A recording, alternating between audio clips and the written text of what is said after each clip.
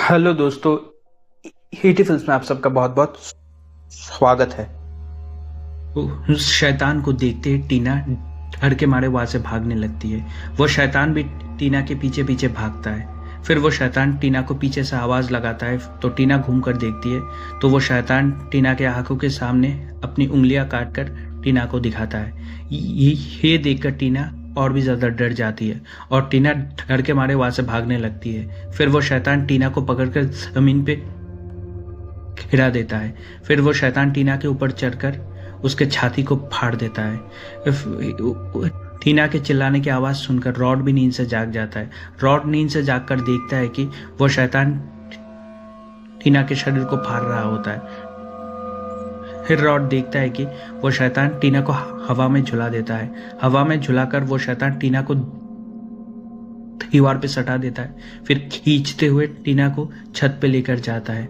फिर वो शैतान टीना को छत पे टांग देता है। फिर रॉड के आंखों के सामने वो शैतान टीना को मार डालता है। टीना और रॉड के चिल्लाने की आवाज सुनकर ग्लैन और नैन्सी दौड़कर जाकर टीना के कमरे के दरवाजा खोलते हैं। दरवाजा खोलकर नैन्सी और ग्लैन देखते हैं कि टीना की लाश जमीन पे पड़ी हुई है, खून से लथपथ है। और नैन्सी और ग्लैन देखते हैं कि रॉड वहां से भाग चुका है।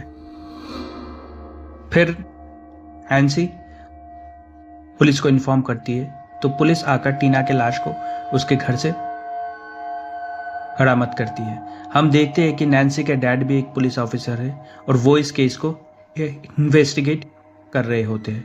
तो नैन्सी के डैड नैन्सी से पूछताछ करते हैं तो नैन्सी अपने डैड को टीना के उस सपने के बारे में कहती है जो टीना देख रही होती है। पर हम देखते हैं कि नैन्सी के डैड को ही ये सब हेतु की बातों पर विश्वास नहीं है और वो इन बातों पर इतना ध्यान भी नहीं देते। वो उन्हें टीना के बॉयफ्रेंड के ऊपर शक होता है। फिर दूसरे दिन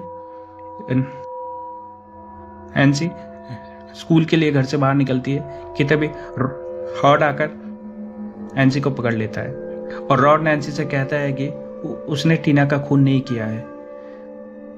पर हम देखते हैं कि नैन्सी को उसके ऊपर भरोसा नहीं है कि तभी नैन्सी के डैड वहां पे आ जाते और हम देखते हैं कि पुलिस वाले आकर रॉड को।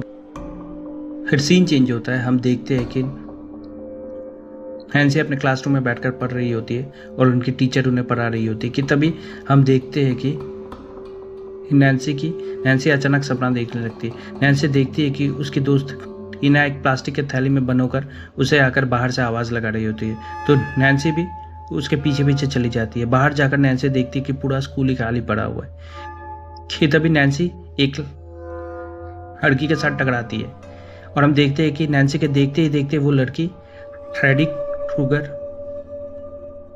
बन जाती है। नैन्सी उसे देखकर वहां से भागती है और भागते हुए नैन्सी जाकर उसी पुराने से कारखाने के अंदर घुस जाती है। जैसे हमने पहले टीना को देखा था कहानी के शुरुआत।